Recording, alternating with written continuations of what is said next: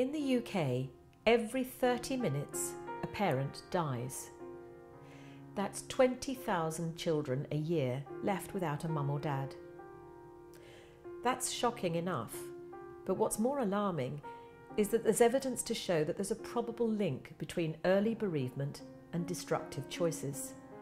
Girls are 40% more likely to get pregnant under the age of 18 if they've lost a parent, and 47% of children who've lost a mum or dad admit to having tried drugs. There's also evidence to suggest that early loss can be a factor in criminal behaviour. One study found that 41% of young offenders had been bereaved. Another study put the figure as high as 50%. So there's very real evidence that the loss of a parent can have a detrimental effect on a child's development. It's imperative that they receive the right support and care to help them through this difficult time. The word bereaved describes a feeling of total loss. But how can we as adults learn from the experiences of our young people and find the right strategies to help them? That's the purpose of this DVD. Our hope is that you can use this as a tool to enable you to understand the struggles that our young people might be facing, to understand what helps and what doesn't. This DVD has been made over a period of 9 months with the help, inspiration and enthusiasm of the children supported by Woking and Sambir hospices. Children who've been bereaved belong to a unique club, a club they didn't ask to join, and nobody else quite understands what it feels like to be in that group. They are the experts.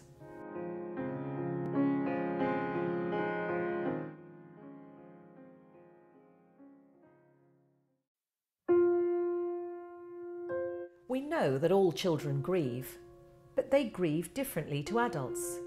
They may jump in and out of their sadness, being tearful one moment and in the next breath asking what's for tea. When my mum died, it was in November, and my birthday's December, so it was very close to my birthday. And I was hoping she wouldn't die for my birthday. I was hoping she'd be there. My sister doesn't know as much as I do, and I wish not to tell her things just in case she gets too sad.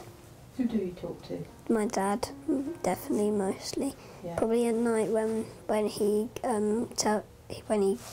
puts me to bed, I usually tell him. Dad, I usually cry because there's nothing to get embarrassed about because he's only my dad. And I talk to him and tell him all the things I like to get out, and then I feel like I just feel better because I know I've said things that I shouldn't keep as a secret.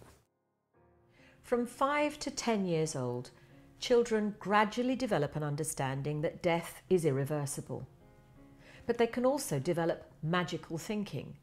They may come to believe that they could have had a magical effect on the outcome of their loss. If I had been better, this wouldn't have happened. Just as their feelings and emotions become more concrete, they need more concrete outlets of expression. To do this, we use art and creativity to give them a way of expressing themselves.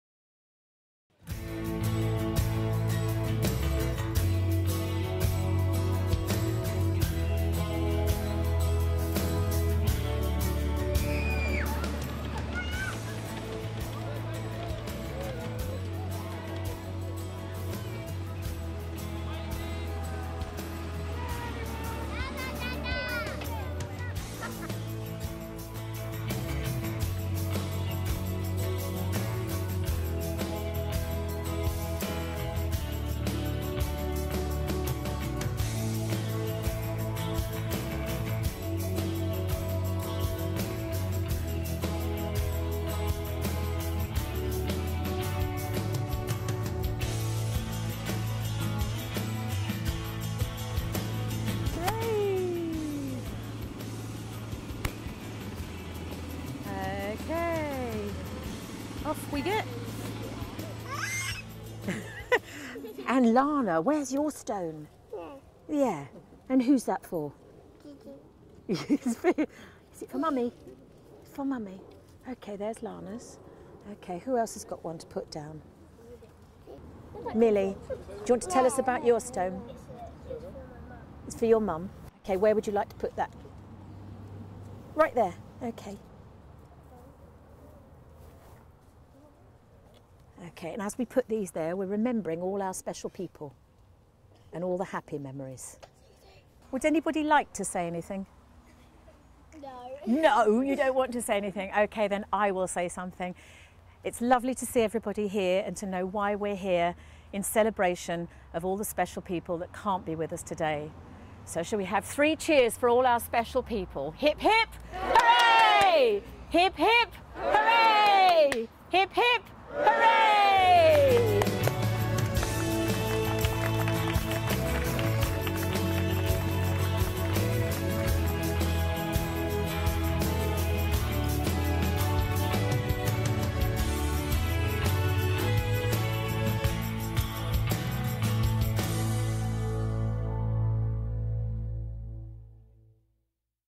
From 10 years through to adolescence, the bereaved child will begin to understand the long-term consequences of their loss.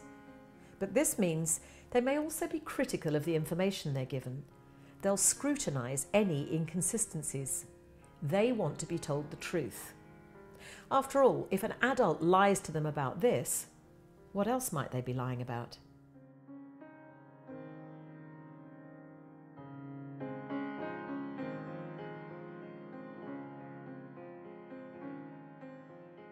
My stepdad got diagnosed with melanoma cancer in 2007. We were sitting down in my kitchen when he told me that he was unfortunately going to pass away from it. The whole way through he'd been quite positive about it, and we didn't even consider that it could possibly take his life. But when he got told that it was terminal and got given the amount of time he'd be alive for, then he sort of laid his cards on the table and told me exactly where he stood. Looking back on it now, are you glad that you knew, or would you have preferred not to have known? Yeah, I am really glad that I knew. I think I was old enough to understand exactly what was going on and exactly how bad things were at the time, and I think that's helped me partially get through it, because he didn't just get taken straight out of my life. Like, I was prepared, although it was only 6 months, it's not that long to prepare yourself for, but I was prepared for it to finally happen, and I'm glad that I was there when it did happen.